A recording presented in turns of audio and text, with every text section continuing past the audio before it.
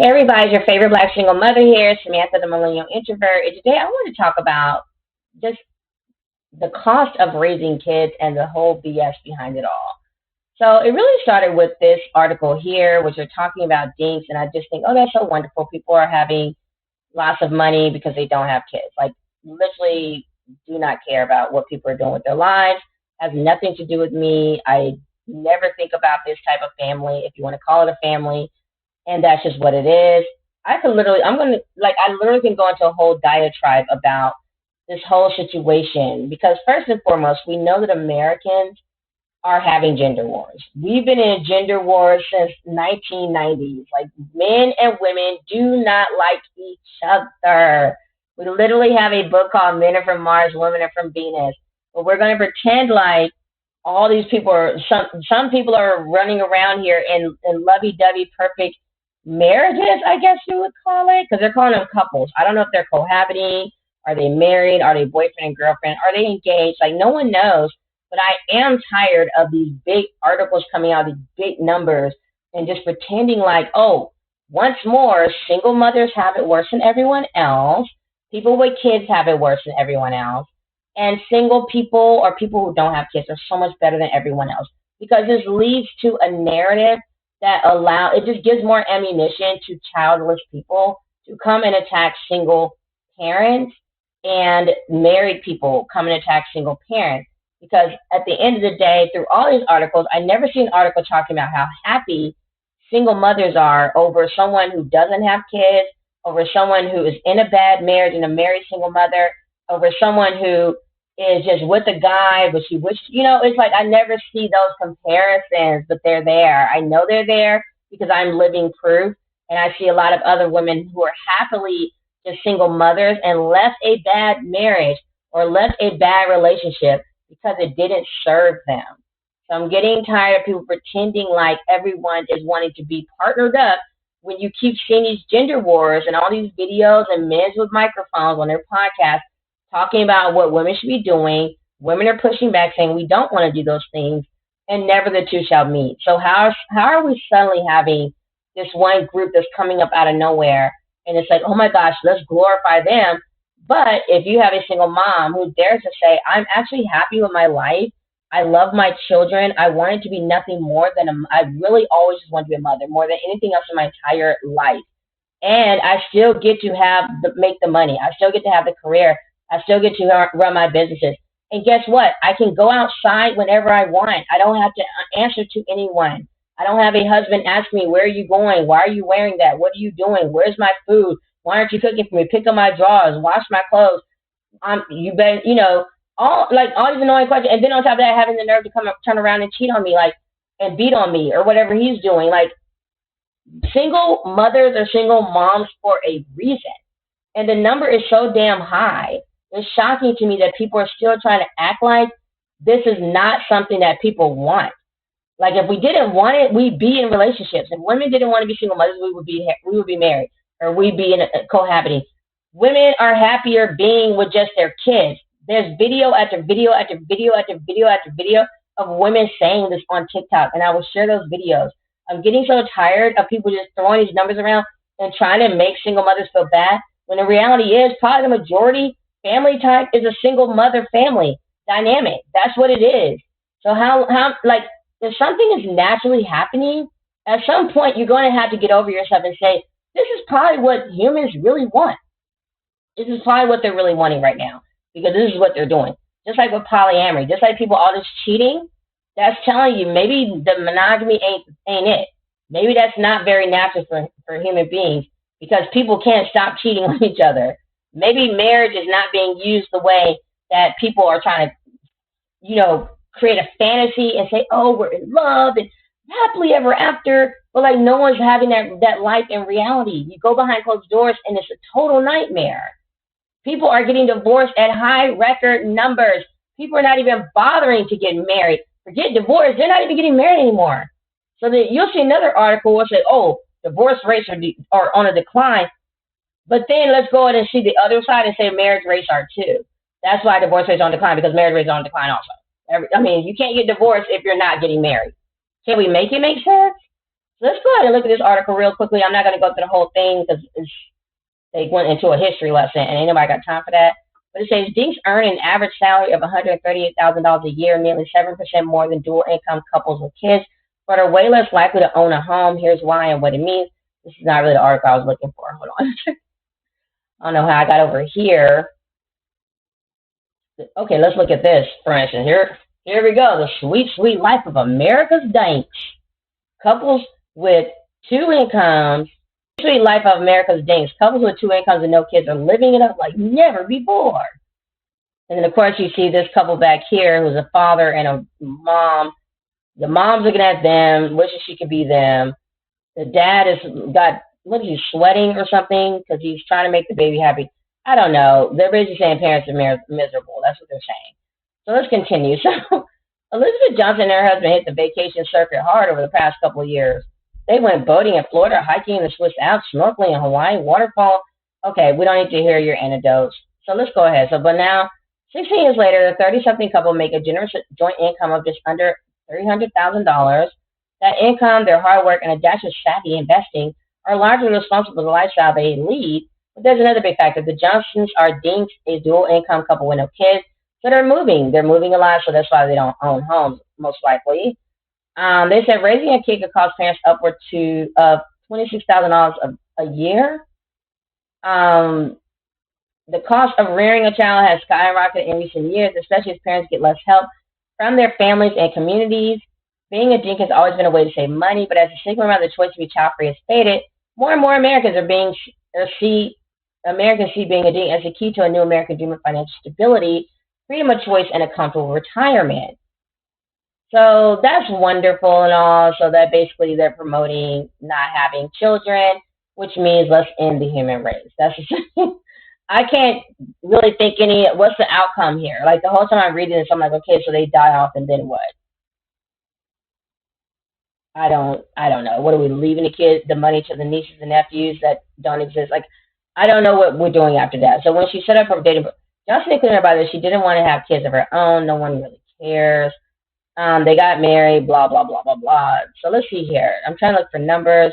Child-free couples' median net worth of $399,000 in 2002 was the highest of all types of family structures studied by the survey, and almost $150,000 more than couples with kids. The median net worth of DINKs was also more than $100,000 higher than it was in 2019, and the gap between child-free couples and couples with kids has only widened as prices on items and services parents need most, such as childcare and food, have spiked. They keep talking about childcare like your kids are going to be children for the rest of their lives. Like they're going to be babies needing daycare for the rest of their lives. That's strange. And a lot of parents, like myself, don't even pay for childcare because you're staying at home with the kids or the kids, we just didn't do it. And they're at school now and it's free. So what are we doing? And they said it's the people who already have higher incomes, higher education, and are generally more privileged who opt out of parenthood. Yeah, and it's also the people who probably can't have children to begin with. One thing I've noticed is that people who are married that have those high incomes wait some years, wait till it's the right time, they're older. They usually have infertility issues. That's what people aren't talking about either. I see that a lot. And I'm like, oh, that's interesting. Like everyone that seems to have done it right, where they get married first and they have the money and everything's perfectly in place for them to go have kids. They can't have kids. So let's see here. I'm from middle class, and these are taboo topics that nobody wants to talk about. Everybody wants to do this. Like if you bring up the realities of things, everyone's like, "Oh, now you're a hater or you're bitter or no." That's the reality of it. Like you want me to just glorify your family type, but then like feel bad about mine while you're just bringing up all the negatives about my family type. No, we're going to look at all the family types from all sides. Like I like things to be fair across the board. So if we're going to talk about the cons of being a single mother, we're going to talk about the cons of being a DINK. And being a DINK means that, one, you're not going to have anyone to take care of you when you get older. You don't have a legacy that you're creating unless you're relying on somebody else's kids who raise their kids. You probably aren't having kids because you can't have them. That's the reality of that. You probably are infertile or having some kind of infertility issues, and you just can't have kids. So not having kids is allowed them to invest in the startup. And they're talking about all the stuff that they're doing, like other people can't do this stuff. So let's go ahead and look at the infertility issues percentages in America. Let's see all the people who are having struggling with infertility. So in the United States, among married women aged 15 to 49 with no prior birth, about 1 in 5 are unable to get pregnant after 1 year of trying. Also, about 1 in 4, 26% women in this group have difficulty getting pregnant or carrying a pregnancy to term.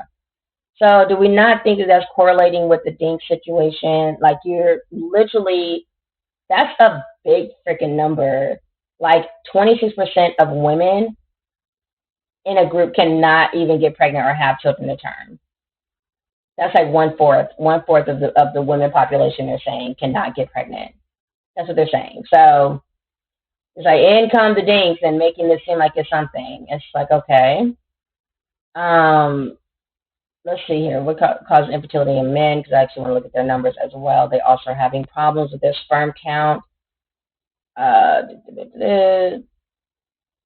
let's see the numbers. I don't know why they're just talking about women. That's kind of annoying. I want to see both sides. Um, let's look over here. And this is from the CDC, so this is a reputable website. And it's just quiet as it's kept. It's like we're just keeping it quiet. Like what's really going on behind closed doors? As usual, are people struggling with infertility? So they said percent of women have impaired. I don't know what these words mean. I'm assuming that's fertility. I don't know what that means. So they're saying the percent of women ages 15 to 49 who have impaired incontinency, is that infertility? I'm going to just assume it's 13.4%. Percent of women ages 15 to 49 who have impaired fertility by parity, one or more births, 13.1%, zero births, 13.8%. That's a pretty high number. Percent of married women ages 15 to 49 who have impaired fecundity is even higher at 16.3%. Percent of married women ages 15 to 49 who have impaired fecundity by parity. These are women who've never even had birth at all, 26%. And then one or more births, 14.1%. Look how big that number is, 26% of married women. So these are the DINKs. They're married. They have a husband. It's dual income. So, like, can we talk about why they're really not having? So it's like, yeah, you have all this money. That's great. But are you happy? And you can't take the money with you. We all know that. Like, when you die, your money's not going with you to heaven. And so then you have this article of this single mom. No, she's actually married, who's talking about how she doesn't pay for a lot of things that they're claiming that you're paying for. That's what I really want to get into. Like, can we crunch these numbers and see where we're getting this random big number of like how much it costs to raise children to 18? And the reason why they won't break those numbers down is because they know everyone's paying that price, because you have to live somewhere. You have to live somewhere. You have to buy food. You have to do all these different things. So it's like, what are we talking about here? Some of the things they're paying for is probably stuff you don't even have to pay for, like soccer, swim lessons, private school. Like, no, you don't have to pay for those things. Just like you don't have to pay for daycare, actually. You can just stay home with the kids. So let's look and see what we have here. They said families spend nearly 20% of their income in 2021 on basic annual expenses to raise a child. So these are the things they're naming to raise kids: rent, food, childcare, apparel, transportation, health insurance premiums, and state tax exemptions or credits to come up with those numbers. So rent, everyone has to pay it. Food, everyone has to buy it. Childcare, not every parent pays for that. Apparel, okay, how much can little kids pay? How much can little kids, how much can little kids' clothes really cost? Like, seriously? Like, unless you just buy them designer, which you don't have to, like, how much does it cost to buy them clothes at Walmart? They grow out of them so fast, so you're usually going on to buy it. And then we're not going to talk about the hand-me-downs and the secondhand stores, and then getting clothes from family members who also are, maybe giving you hand-me-down. My sister gave me tons of clothes, her friends included. They all came together and gave me, like, a lot, so many clothes. My son was never hurting for clothing forever, like, for like that first year, first 5 years or something. Then transportation, don't you have to pay for a car and everything anyway? Like, are you walking now because you don't have kids? Health insurance, don't we all have to be health insured? So that's, again, you're just adding your child onto what you would already be paying for anyway. That's pretty much what most of life is when you have kids. You're just adding the rugrats onto whatever you're already doing. So, like, you have a roof over your head. You might have to get a little bit of a bigger place to provide a space for your child. You buy food. you may have to get a little bit more food so you can feed your kid. But how much food is a child really eating? And then of course you can multiply that by like 3, 4, 5, 6, 7, 8 kids. But people that tend to have more kids, they tend to make it work. They're either going to be cooking from scratch instead of eating out every night. There's a lot of things you can do differently so that it is affordable. And they don't want to have these conversations. They want to pretend like everyone, like they literally probably went and found the most expensive family they could find and say, look how much it costs for them to raise their kid.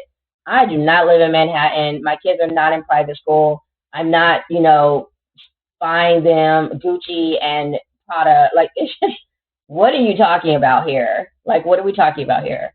So let me look at, and of course you're going to see, stuff is popping up everywhere.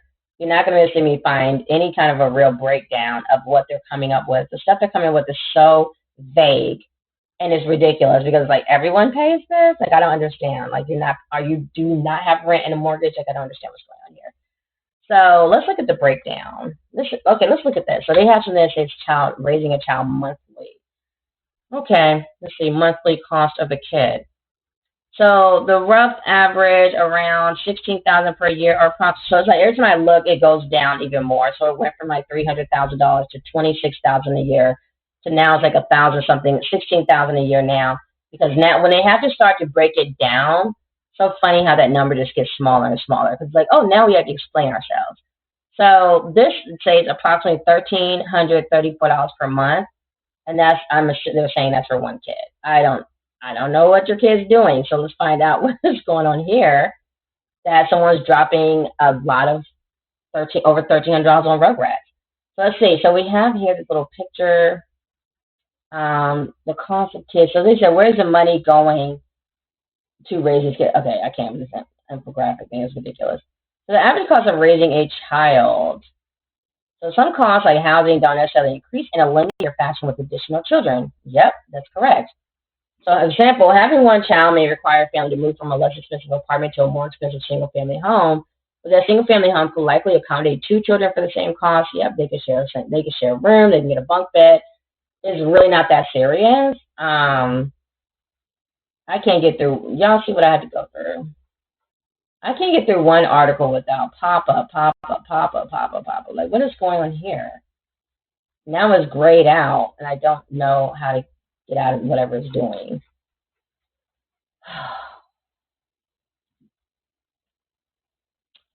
So they're saying it's costing you on average $16,000 per year to raise a kid, $1,334 per month. That is not true for most parents. That's just not true. Like I need to see the crunch of numbers. Like what are we paying for here?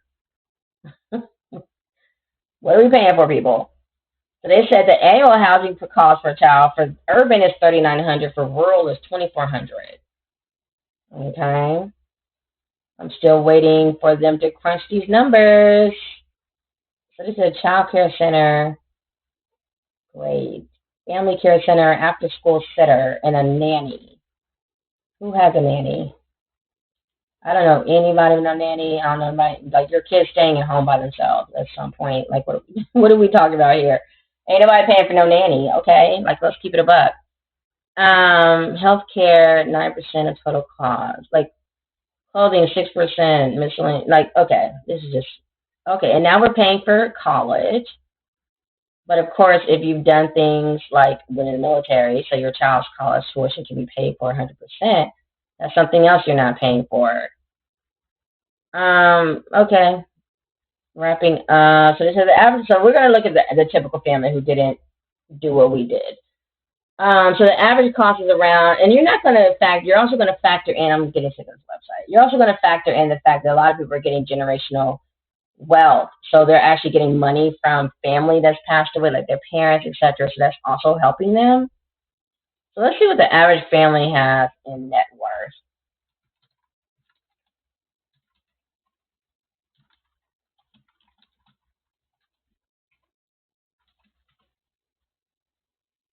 The reason I'm saying family because we all know about racism and white supremacy and why black women would not have net worth because a lot of times they didn't pay reparations. So, we're always playing catch up. And then they do the most to keep us from making any kind of money as we get, as we continue to try to make any kind of gains. We're not going to talk about Tulsa, Oklahoma, and everything else that's ever happened. So people cannot leave that conversation out. That is literally America's history, and America is still living that way to this day. So let's jump in here.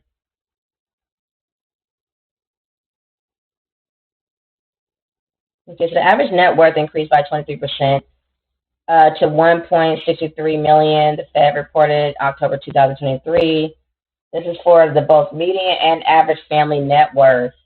So the median net worth, on the other hand, rose 37% over that same period to $192,000. So they're saying the average family has $192,000. You might wonder why. Okay, I don't really care about that.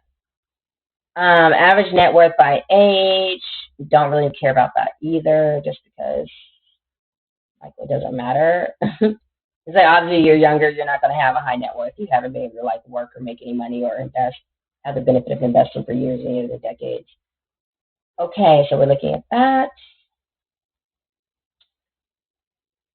And so I'm wondering, what are they considering the American family? Because now we're including DINKs as a family, so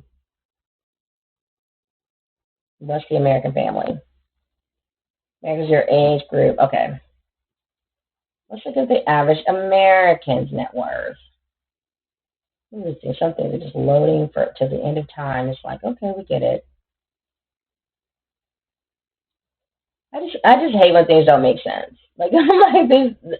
Let's look at reality here. Let's look at why women are not married, why they're single mothers, and stop the cap. Let's just end it. She makes $40,000 a year. His business earned him $84,000. Not having kids allowed them both to invest in his startup and her higher education, both of which they believe will pay off. It's funny because I'm doing this already as a single mom. But anyways, we're not going to talk about that. I spend my days working on my YouTube channels. It's like I'm okay. If you're looking for a bargain, South Carolina was found to be the least expensive. It's also the most ghetto and stuff. It's pretty dangerous. Every time I see something about South Carolina, it's dangerous. It kind of is giving Florida.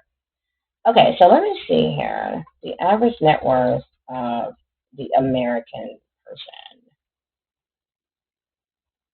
Something's holding on my thing. Of course, it's going to be the DINK website. It's forever in a day refreshing. I don't even know what it's doing. Of Americans, I don't know. Because it's people are not together like that. So I don't know why they're trying to plop us together. So here's the average net worth of Americans by age.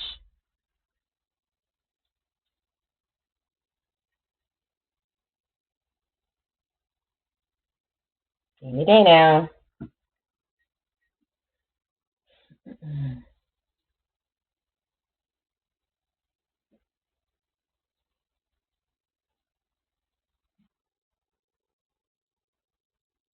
All right, so the average net worth by age. I wish I could just give us tables. Thank you. So the age of family head or reference person. Less than 30. So basically, anyways. So if you're 35 and under, your median net worth is $39,000. The average net worth $183,500. Age of family at 35 to 44, net worth is $135,600. 45 to 54, $247,200. I don't even know. This is okay. So this median is average. I don't know what the difference is, to be honest. So they said homeownership rate increased slightly to 66.1% within those 3 years. Families who owned homes. Okay, so they talk about families. I don't know what they mean by families. I don't know what they mean. Family structure has changed so many times in America. I don't even have any clue what that is anymore. Is that one person? Is that a DINK? Is it two people? Is it people and a dog? I don't even know anymore what a family is. So now we're going to look at couples and see who's married, who's single. Let's look at the statistics, okay? So let's say relationship statistics, I guess you would call it. So I'm going to look at the data and just drill down. Oh, Lord. Data statistics and facts in 2024 at Forbes. Let's go. Let's find out. Okay, because they have a black couple that does not exist in the black country. All right, so there's a survey from one poll Forbes Health conducted in August 2023, polled 5,000 people. So nearly 70% of the individuals who met someone on a dating app said it led to a romantic exclusive relationship, while 28% said it did not. Individuals between the ages of 43 and 58 found the most successful online dating, with 72% stating that meeting on a dating app led to a romantic relationship. Males were more likely to have met someone on a dating app and have it lead to an exclusive relationship compared to, which is 75% compared to 66% of females. How many people are single? So according to the U.S. Census Bureau, nearly 47% of the U.S. population, just over 172 million people, are currently single. So 2023 data from Pew Research Center finds that 3 in 10 Americans are single, and about half, 51%, are open to either a committed relationship or casual dates. Over half of men, 56%, are looking for either a committed relationship or casual dates, and less than half of women, 44%, say the same thing. So men are looking for committed or casual dates more than women are, is essentially what they're saying. Percentage of single men and women in America, men is 32%, women is 28%. The average age of people getting married has increased as people are choosing to take that step later in life. So the average age for first marriage now for men is 30 and for women is 28.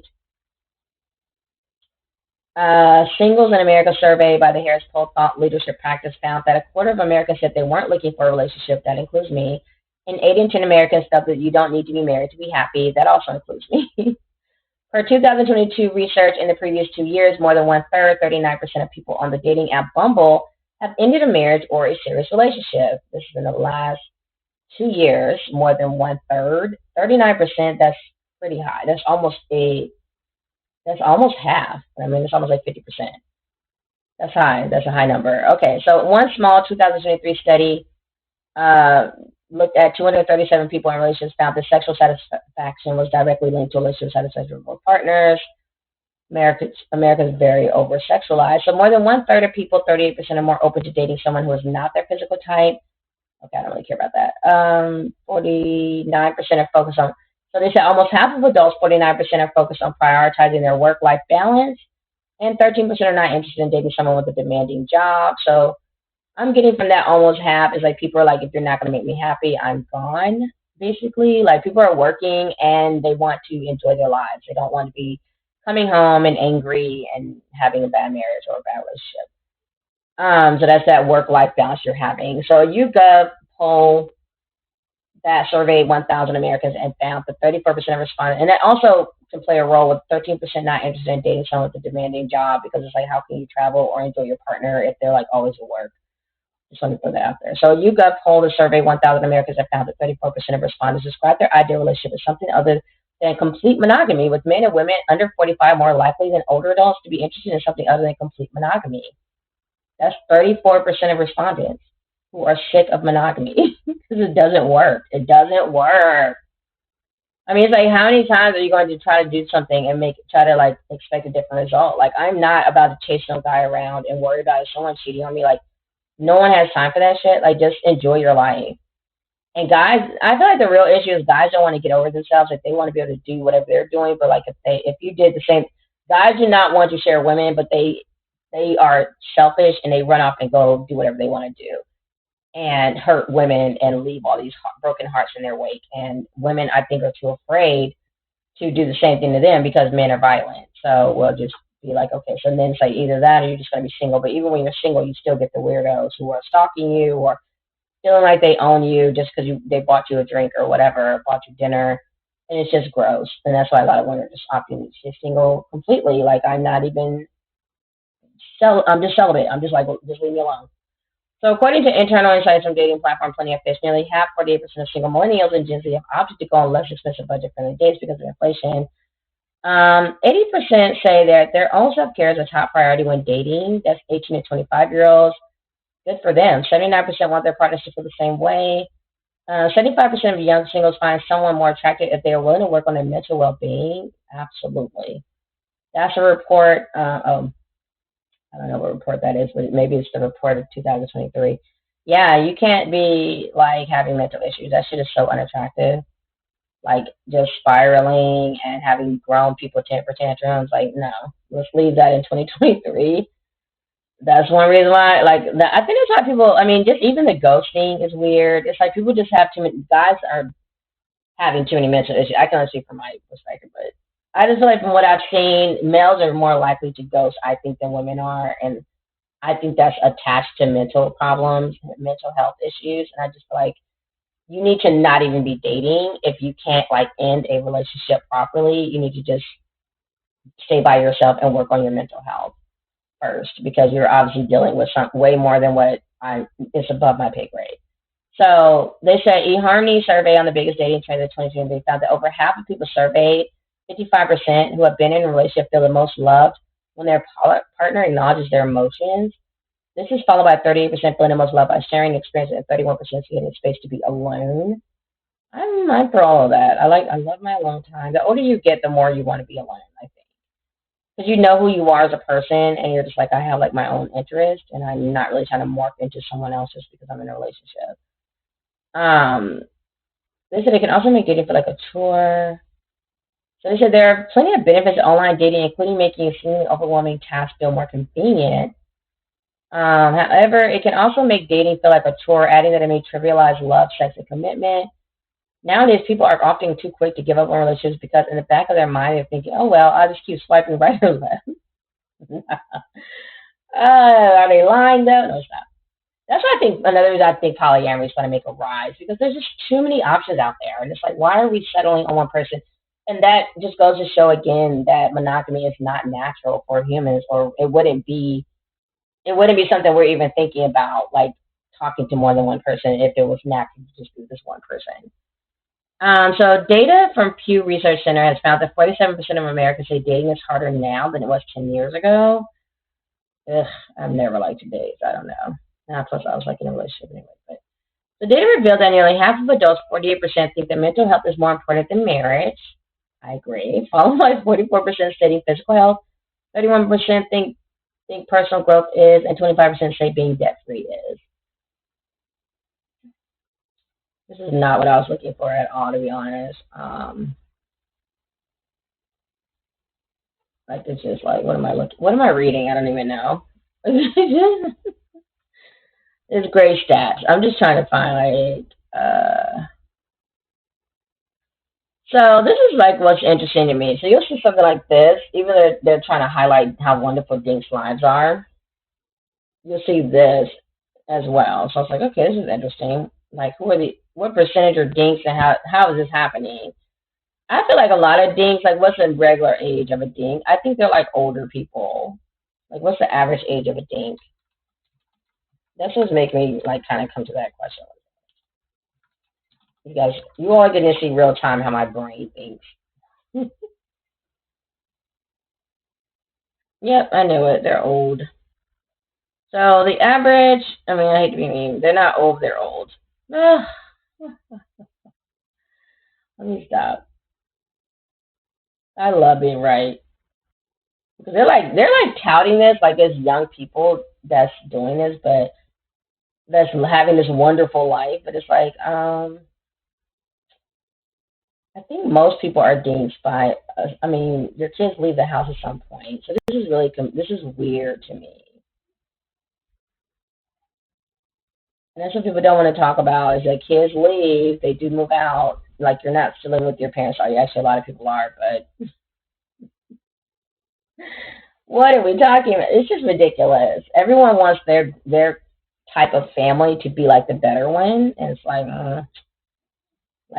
Rihanna said, just live your life. That's what I tell people. Just live your life. That's all I can tell you.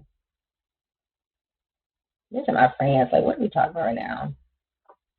Anyways, like my sister is about to be a dink. She met a great guy. She just got divorced this year.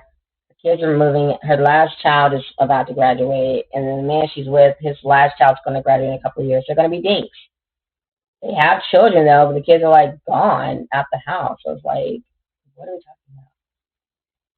So they says 43% of U.S. households were childless, a 7% increase from 2012. Um, Okay. And again, what does that mean? Child, like the kid left the house? I'm so lost. And this is what I mean too. They said the idea has become so common that the term DINK, double income no kids, has emerged often in regards to marketing and sales. Yeah, you're trying to sell something. That's the real motivation here, is to get people to come out and spend their money. Like, oh, you're a DINK, so you're cool. We're going to give you a cool name like a Brangelina, and come spend your money and travel and shop and invest in things. And it's like, how about? So they said close to 600 DINKs nationwide were interviewed or surveyed. 51% says they don't ever want children. 25% says they want to have children soon, and 23% said they may want to have them in the future. Well, what is the average age of a DINK? Can we talk about that? They said it's no longer career or family. Passports over preschool. Okay. 1 in 4 DINKs said they can't financially support a child right now, which we already know that. Financial motivations for not having children. The cost is too high. They're worried about economic recession, not being able to afford a home, having too much consumer debt, and too much student loan debt. Okay. They said 36% of DINKs having children will require moving. Yeah, they're living in some crappy area that's affordable for them because it's in a crappy area. Or it's a small place. So current home is too small to accommodate children. Current area is not safe for children. Living too far from family and friends who could help raise the children. House apartment is an area that doesn't have quality public school. Homeownership is still a priority among childless couples. 68% of DINKs said they won't regret not having kids. Okay, we're talking about the future here. They don't know what they're going to be regretting in the future. Generation X.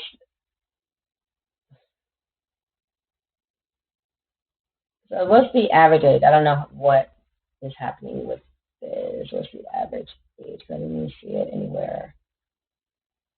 Okay, let's go back. This is a decent article, but because it gets more into why people are DINKs, or like what, just so on and so forth. It's getting more into the nuts and bolts of it, but it still doesn't give the age.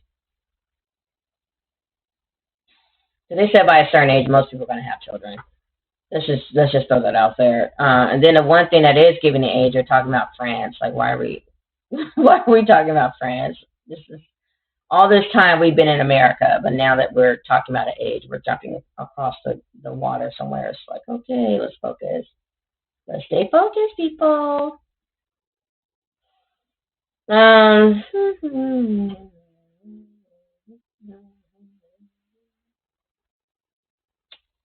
okay, I don't know what this is talking about. Like, how did I get here? They won't let me find where I was at originally. You see how hard it is to get like simple answers that don't meet the agenda? All right, so DINKs are married couples who both work full-time jobs and don't plan on having children. The term was coined in 1980. DINKs have a million net worth. We are aware of all that. What is the average age? I mean, we're talking about everything but that. The only thing that talked about it are people who are living in France. DINKs in Germany. Yeah, they're aged between 50 and 59 years old. Of course, you're a DINK. Everybody's a DINK by 50 years old because the kids are out the house typically. This is weird. What is the average age of a DINK in America?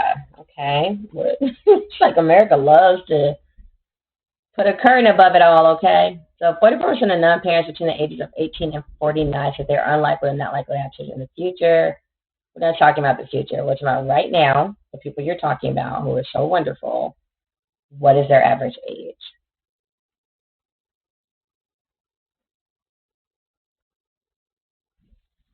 I don't see them anywhere.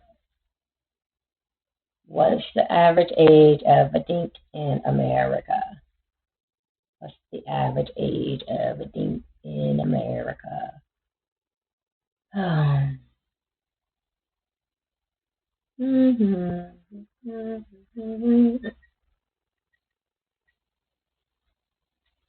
Maybe the closest I'm gonna get is going to another country somewhere. It's like, my goodness. They want to say, oh, and by the way, they're like 80 years old. Like they don't they don't want to have that conversation. Oh, that's too funny. They're acting like people have like $200,000 net worth. Really, at 18, but most you can't be saying women that everyone's like living with their parents and crippled under student loan debt, and then in the same breath talking about everybody's a dink. Which one is it? What? What's this for? Where are we? Okay, so they're just going to skip over America. We're just going to look at other countries. So they said approximately 90% of women aged 40 to 44 have no children, many of whom are likely dinks, so they don't really know if they're dinks. They're just guessing they're dinks, so they're probably not. 22% of Australian couples are dual income, no kids, which we don't know if they ever had kids. I'm assuming, like, dinks is a confusing term to me because I'm like, does that mean they never had kids or that the kids just aren't in the house? Because it says dual income, no kid household. That's most people by a certain age. The kids are like moved out. So, hello. Dual income, no kids population in India has been growing at 30% per annum. The annual spending on travel by dinks, blah, blah, blah, blah, blah, blah, blah. All they talk about is dinks and their money. 12% of dinks in metropolitan France are under 30 years old. That's not saying a whole lot either because most people aren't. They just said that people are waiting to get married. People are waiting to have kids. So most people just don't have kids yet. So that's pretty common as well. And then I would love to know like how much net worth are they worth? How much are they worth as far as money? Which is probably not a lot because they're under 30 years old. They're probably in college still. Germany has seen an increase in dating households up to 30% from 25 between 1996 and 2015. The percentage of married couples aged 20 to 29 in Japan with no children stands near 70% in 2015. Majority of them were possibly dinks. That, again, isn't saying anything. People are waiting to have kids. 20 to 29, okay. Come back in like a few years and see if they're still dinks. They're probably not, if they're able to have kids biologically. Okay, let's come out of here.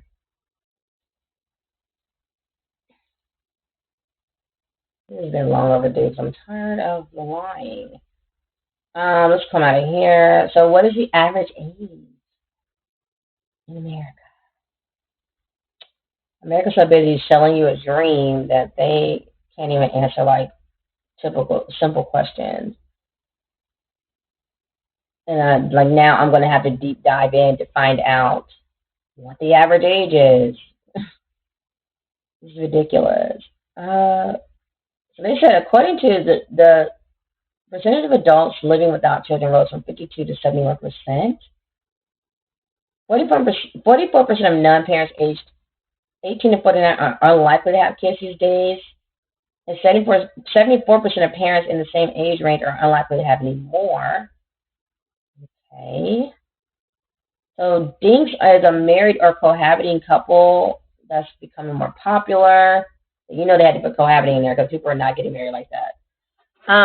Furthermore, the stereotype of child-free dinks involves a young, ambitious couple prioritizing their career and personal freedom over children. You say many partners pick this lifestyle for practical reasons or because of their concern around the future. The rate of conception has been known to crash in the face of economic uncertainty.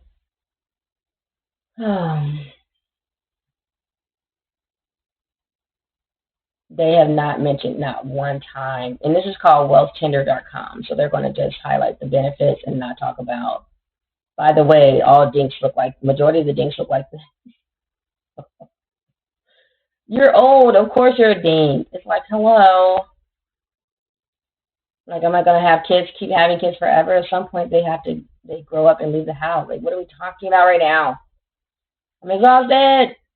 Okay, so let me come out of here.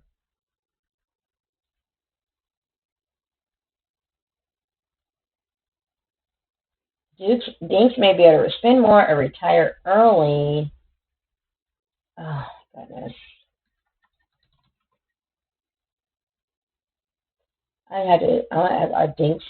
Are Are DINKs typically senior citizens? That's what I asked. I'm so over it. Like, what do I have to type in here to get a straight answer? Google. It's not Google's fault.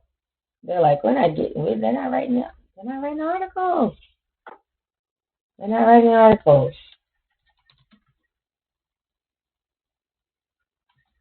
I think it's mostly senior citizens.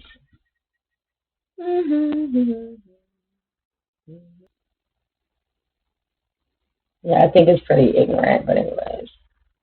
It's not, I mean, it's like whatever, but it's kind of dumb. So here's the bias. They said, we're dinks, a weird sign of our hyper-consumerist times. Yeah, it's like they try to act like they're trying to save the planet, but they're like consuming like psychos. It's like, okay. And what else are you going to do? I mean, you don't have kids, so you have nothing to do but spend your money on things. So the dual income no kids trend and the risk of defining yourself by childlessness. Younger generations often feel like there's nothing for them to aspire toward. The American dream of the white picket fence, 2.5 kids, and a golden retriever doesn't seem attainable.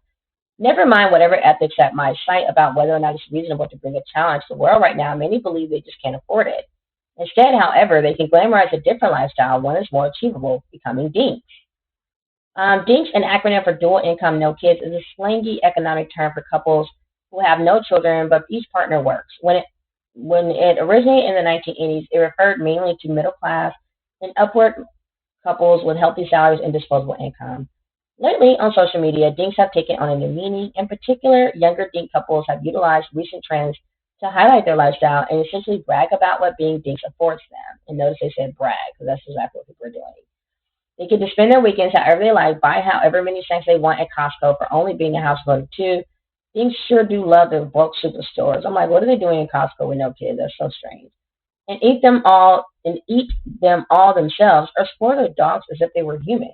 Being a DINK, in other words, affords them more time and money to consume. Yippee! I don't have children yet myself, and I don't blame the DINKs for enjoying their lifestyle or for considering leisure time and money to be significant factors in the decision not to have children. That's only appropriate.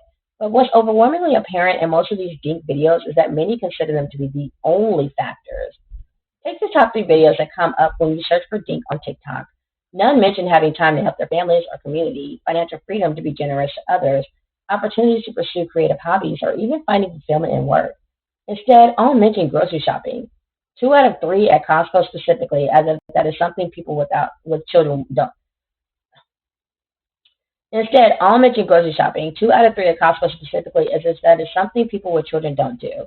That's what I keep trying to say. And then when I say it, people say I'm being bitter. I'm like, well, it's true. It's like you're talking about stuff that parents do already. They're like, oh, I get to travel. I get to do this. Everyone gets to do that, especially once the kids leave or grow up and get older. Like, what are we talking about here? So the primary attitude displayed in these DINK videos is that being a DINK is somehow something that is both worthy of bragging about and requires defending, which I don't know what they're defending it against. Like, no one's thinking about them. So this is so weird.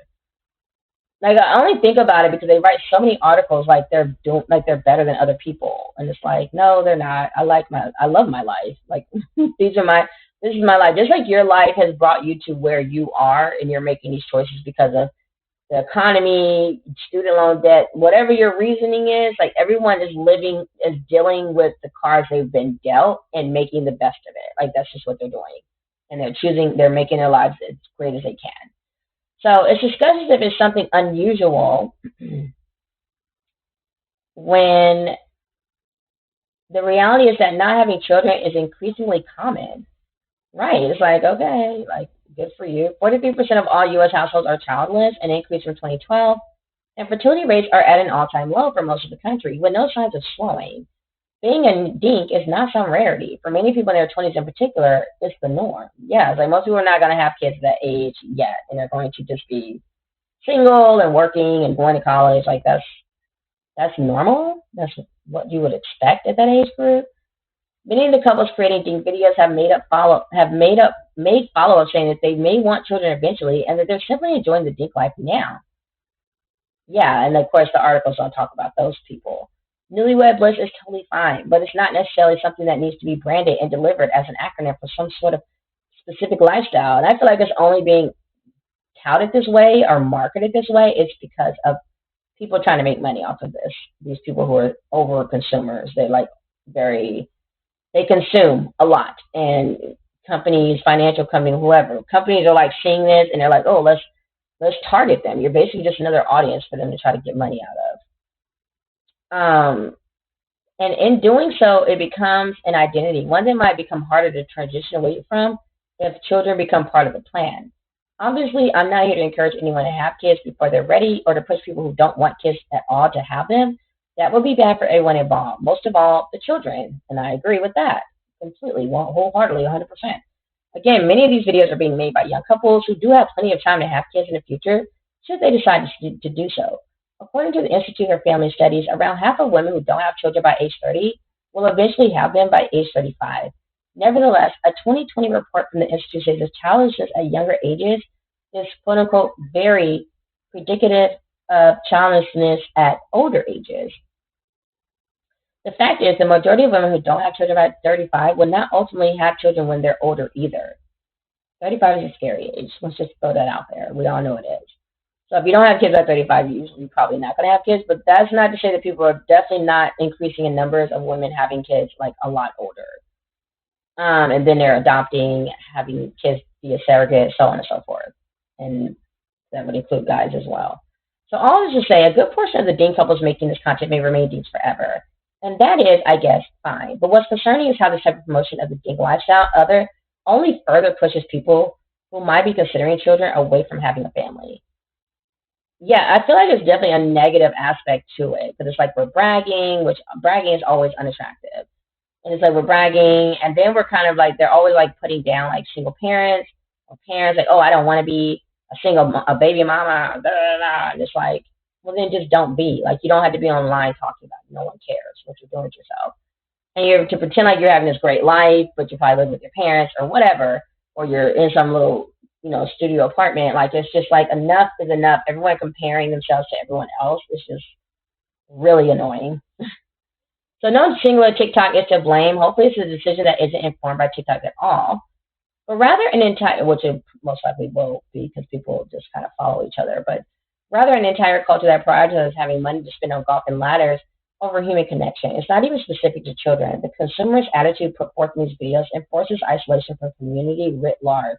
It's a me, me, me ideology where life satisfaction is measured in how many plane tickets you book a year. Yep. Maybe pursuing the ideal of a family feels untenable. It's easier to reframe this current environment where having children feels overwhelming as a choice, one filled with plenty of time for fun and sleep and frivolous purposes. I enjoy these things too. Who wouldn't? But to brag about it on social media feels like a thin, materialistic hope. I want children because I feel I'm personally meant to be a mother, because I want to experience the fulfillment of raising people into the world who will hopefully be there holding my hand when I die. Not everybody wants that. There are other forms of fulfillment to be found, one that doesn't involve kids. But hopefully they aren't centered on having more money for Costco either. And yeah, this is wonderfully written. This is written in, I don't know, was it 2023? Oh, I'm surprised. I thought it was 2020. We were going through COVID and everybody wanted a dog or a kid. No, but this was just written in 2023, and I am glad to see it. I did not know people like this still existed. I know they do, but we're like, of course, being thrown off to the fringes. To say you want a child is like you're committing a sin. Like, oh my gosh, how dare you want a human? When even animals naturally want to continue themselves in their race. So it's like, this is weird. Like, we're like the only race. We're supposed to be the smartest race, and we're actively promoting right now, like not having kids. So that's kind of interesting. I wanted to do this TikTok or something, but I guess I'll cover that somewhere else. So anyways, that was my content on DINKs and just thinking it's strange that people are like promoting something that really isn't something to promote. It's like, okay, you're single or you're just with your partner and you're traveling and things. And I think the person in this article said it very well, because it's like you're basically bragging in a time where a lot of people are struggling financially. And I think a good thing about people promoting being a DINK is, one, you're teaching people how to be fiscally responsible. Like, do not have children if you can't afford them. Do not have children if you don't want to have children. Yes, you can enjoy your life with or without children. So I think that's like the good thing that you can take out of people promoting this. You don't have to take it as like a negative. I don't know. I don't know what to say. It's like, I mean, the bragging is never a good thing. It definitely can hurt some feelings if you do have children, especially if you're like a struggling single mom or something, or you're just a single mother who's struggling mentally because you just don't have the free time you wish you could have. But it is what it is. That's what happens. Whenever anybody makes videos, you're taking a risk that you're going to be offending someone. So that's what's happening here. I just like to get to the nuts and bolts of things and look at the real nitty gritty and see, is this really something that's like so great, like they're trying to say, or what's really happening here? And I feel like in reality, a lot of dinks are either very young or they're old. The ones in between, not they're not dinks. Like a lot of the people who are, and the funny thing is, I think dinks also include people whose kids have moved out the house. Like, let's just keep it a bug. Like, I think a lot of they're not talking about that either because they want to highlight, they want to make it cool, so they're trying to like not put age in there and admit like most of the dinks are like 58 years old. They don't want to talk about that. But if you look at other countries who are more than happy, because in other countries it's normal to not center marriage and all that. They didn't have the quote unquote American dream ideology that they sold onto everyone. So in other countries, it's like you can, not that I know of, but like in other countries, like it's okay to just cohabitate, to cohabit, like be living with another person, never get married, have your kids, don't have kids. Like I feel like there's more freedom of choice in other countries. So if you're looking and you're saying what is the average age of a dink, of course you had to go to other countries, and of course I kept seeing that the average age is like 50 years old. And then of course they say that a lot of them are under 30. So what's happening that span of 20 years? People are having kids, and then the kids are moving out, and now you're 50 years old and you're a dink. Like, so at that point, honestly, it's like most parents will also be dinks at some point because the kids do move out of the house. So that's all I had to say about this topic. Just tired of really hearing about it and them trying to act like it's something special. Like the article said, it's nothing new. Most people are dinks in the beginning because they find someone to date or be with, and they're with that person. A lot of times they are married before they start having children. That's the way you're quote unquote supposed to do it. So almost everybody is a dink in their lifetime, and they're not really talking about the real definition of what a dink is. They're just focusing more on the wealth. The financial markets are just focusing more on you're having like money left over to spend, and we know you all are mostly consumers because America's a very consumerist society. So they're focusing more on like, what are you going to do with that money? Like, what are you going to do with that disposable income that you have because you don't have to pay for children, whether you're 30 or 50? What are you doing with that money? Give us your money. Give us your money. And that's what they're trying to capitalize on. So right after I finished with my last video about dinks, this came up. I was still just searching and searching, trying to find out what exactly are the demographics of a dink. And I typed in our empty nesters dinks because I just couldn't find any answers when I asked what the average age was. I couldn't find any information whether a dink included people that once had children living with them, like they're actually parents, but their children are adults now. And so I typed in our empty nesters dinks, and I saw empty nesters are also considered dink couples here in the Meet Breeze law. So let me see right here. We have the meetbreeze.com. I think I opened it up. Okay, there we go. So I feel like they like added that in like as an afterthought, like they didn't want to admit that it's definitely not highlighted. They're really trying to make this sexy, so they're not really mentioning older couples. They're not really even mentioning that most people that are dinks are probably parents, but their children are just adults and moved out of the house. So this is a dual income, no kids lifestyle is the envy of many adults with children. Dink couples are portrayed in the media as happy-go-lucky, enjoying travel to exotic lands while holding hands as the sun sets and adorning themselves with the latest expensive fashions. But it may not be all sunshine and roses as it appears. Couples with children may argue that dink couples are being selfish by remaining childless. I really don't care. I mean, if they're being selfish, that's what they're being, but that I don't care. They're missing out on one of the greatest joys of life. Some of these feelings may come from envy, others are sincere. regardless of their situation and opinion of DINK couples, their lifestyle can look very appealing. So the thing I wanted to say here, where they're talking about like parents saying, they think DINK couples are being selfish. I think there's definitely going to be regrets that they're going to have, but I feel like there's regrets on either side, like however you choose. Also, parents shouldn't really be that envious because that's going to be them one day, unless they just keep having children like Al Pacino or Rob De Niro well into their 80s. I mean, the average couple, that average adult that has children, they usually are going to stop at some point, especially women, because we biologically can't even have children up to a certain age unless you just have the money to do extra things to have a surrogate child, or you go adopt, or you try IVF, or you freeze your eggs. Like, but I think the average American does not have the money to do that, and I feel like they can't go from 1 minute saying how all these Americans are struggling financially to suddenly acting like we all have all this money to like do all these different things. So here we're talking about so they're talking about how much it costs to raise a kid. It's like, okay, so what else would you be spending this money on if you didn't have children? Like traveling, feeding your face, like it's just like what's so wonderful about the way you're spending your money. To most, I feel like to most parents, having a child is an investment in and of itself, because a lot of times children go on to be successful in their own right, and that adds to the family's generational wealth, that adds to the family's wealth overall as a family unit.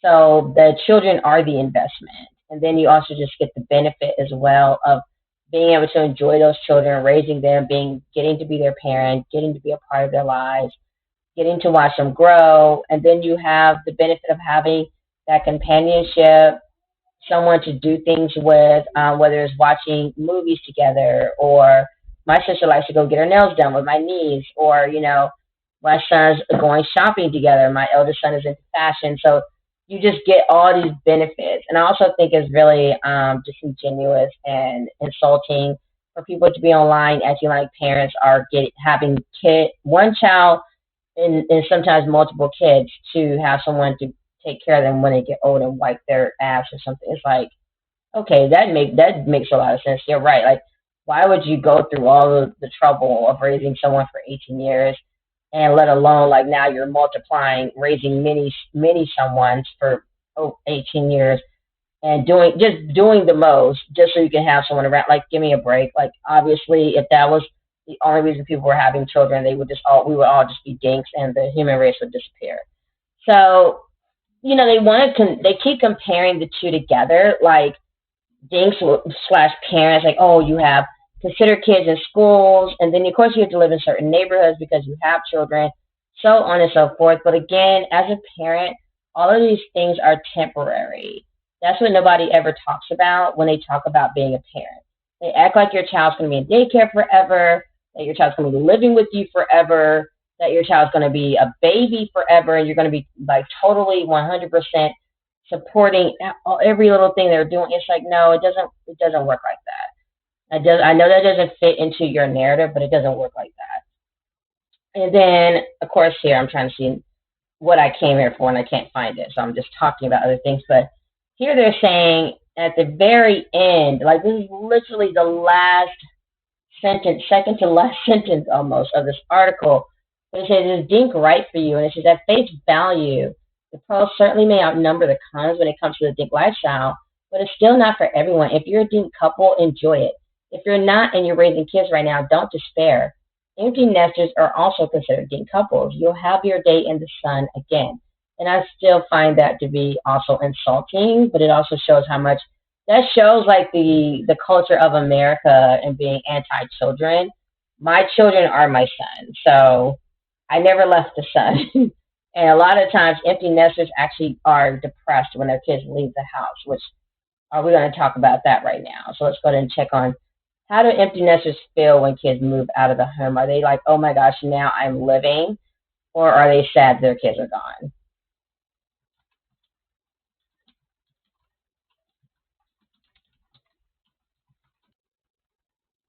Oh, this is in Germany. Kids move out and become sources of social enjoyment rather than stress. That's not what I see on TV. But anyways, I guess I see a lot of lonely, sad parents because like most parents have kids because they want them around. So it's like, okay, now I'm happy you're gone. Screw you, kids. That's a lie. Okay, what do I do with all that loud, quiet? Know how you're changing. Emptiness is only one of the issues. The other is about empty necks. The ghost in the house. Everything up or down is just right now. What you expect, you'll make true. Your work on site is done now, but you're not for parenting. Yeah, you're still parenting. Um, 8 things to remember on the lonely return to your empty nest. What surprised me most about parenting young adults? Let me go back. Parenting young adults is like a whole other beast. It's actually not bad at all to me. It said good luck from a veteran. Yeah, I call myself a veteran mom. I have been there, done that, and got the t-shirt, am I right? I've got children spanning from 19 to age 5. And my 19 is going to be 20 this year. It is remember the day on the driving license. So these are people are not happy. This doesn't make sense. You're not thrilled your kids are gone. Because even when they're out of the house, you're kind of like always worrying about them. That's just what it is. Finally, as you say, parenting never ends. It doesn't. It doesn't. They still need you at some point. And you like when they you like to feel needed. You like to feel needed. So yay, I get to put on my cape and come save the day like when you were little. Anywho, that was all I had to say. I don't want this part to be too long, so that was it. I just wanted to chime in there that empty nesters are also considered um, dinks as well. So don't feel like all is lost if you're envying your dink friends or whomever. But a lot of things you can do as a parent, especially if you have like 1 or 2 kids. Like you don't have a lot of kids, like you really can just do everything as a parent. So they said, so we'd be happier as empty nester parents. That's rubbish. I'm happy that people are speaking out against like this weird narrative that we're in. Like people are trying to be anti-kids. That's not cute at all. My children are adults, and the house is buzzing with life. Even thinking them leaving fills me with a sense of loss. That's how I feel. Like all my kids are in my house right now, and I'm just very happy. It's weird when one of them is not under the roof. And I remember my mom used to always say that, like how she would just be so filled with joy when like all of us were back under one roof because everybody was like in different countries and different states, and we're figuring our lives out. But it's like that's not why you had kids. You had kids to have them around the house, so it's kind of weird. So yeah, they said Christoph Becker and his colleagues at Heidelberg University in Germany have discovered that people with kids are actually happier than people without, so long as the kids have left home. Their analysis of 55,000 people aged 50 and older from 16 European countries revealed that people with children who had fled the nest had greater life satisfaction and fewer symptoms of depression than those without children. Okay, that's news. Okay, but according to an even newer cross-sectional survey of parents, this is a load of pants. Using the established qualitative research method of the one-to-one, I'm just in heaven, you all, I love data. Of the one-to-one interview, I asked my partner and the mother of my children what she thought. Notice she says partner and mother of my children, not baby mama, not anything derogatory, not single mother, not his wife, his partner and mother of his children. And he said, certainly not true for us, she said. I then extended the focus group by asking myself what I thought. Nah, bollocks, I told myself. We have 2 children of 27 and 25 at home, and we love having them there. Yes, it's terrible that the oldest could not afford to move into her own place if she wanted to, despite having worked as a teacher for 4 years. And yes, it's sad that the youngest is autistic and promises she will never move out whatever happens. We love them to be independent and spread their wings one day, but in the meantime, we all have a great time together. Both are happy with us, bring us huge amounts of joy, even if Alex does keep nicking the last bit of ginger and Maya insists on bursting into the bathroom when I'm on the loo. And I think we occasionally bring them joy too. This may be selfish, but the thought of them leaving fills me with a sense of loss. I see so many empty nesters parents reinventing their lives with extra dogs and extra holidays, extra courses, and extra social activities. Now, I'm sure the dogs, etc., are wonderful, but to me, it does sound like vacuum filling. Empty nest syndrome is a syndrome for a reason. and I'm yet to meet a syndrome I want to sign up to. Exactly. It's like, why? How's that even? How do you even have the thing called emptiness and emptiness syndrome if it wasn't like a thing? It's like this is a thing, and people aren't happy about it. So some people might be, people who probably never wanted kids to begin with. They're like, yippee! But those people probably could have been got rid of their kids. Like, oh, I'm going to give them to the other parent, or just be a deadbeat parent or something. So we had our kids young. I struggled with them back then. I was resentful and totally unprepared for parenthood. I left Alex in the shop one day. So easy to forget you have a toddler. No, it's not. I take Maya into town and realize I'd forgotten her shoes when she complained her feet were bleeding. Ugh, fathers. It has taken me the best part of a quarter of a century to understand my kids. So why would I want to offload them now? These days, I know it's like you put in all that work, and then once they start becoming really independent and cool, it's like, oh, now I have to let them go. No, no. But yeah, so these days we can have adult and childish conversations, cook for each other, enjoy each other's friends, tell dirty jokes, have a laugh. The house is buzzing with life. Even when we get pissed off with each other, there is an energy to it. In fact, and the beauty is when you get angry, you usually know you're going to get over it because we're mother and child and parent and child, and you love each other regardless. It's like the most real unconditional bond you're ever going to see in your entire life. So it says, in fact, we enjoy our adult children at home so much that 4 years ago we decided to get another. Jimmy came fully formed. He's now 25 and is wonderful. Even though he won't let me touch the gardening anymore, to be honest, I should have never been allowed to touch the garden. As for the extra money we'd have if they left, I always hated the idea of clearing the time. You make your own time. The peace, I can put headphones on. The vicarious pleasure of grandchildren, there's plenty of room for them at home if that ever happens. Don't get me wrong, I wouldn't actually stop my children leaving home. I'd just be super sad when they do. And that, you all, is one article I actually enjoyed reading that I can actually relate to. So let me know what you all think about this video. Make sure to like, share, and subscribe. And thanks for watching. Thank you to all my subscribers. Hope you learned something new today. And leave your comments below. I'd love to talk to you all. And let me know if there's anything else you want me to talk about in the video, or if you have any questions. And I'll see you all in the next video.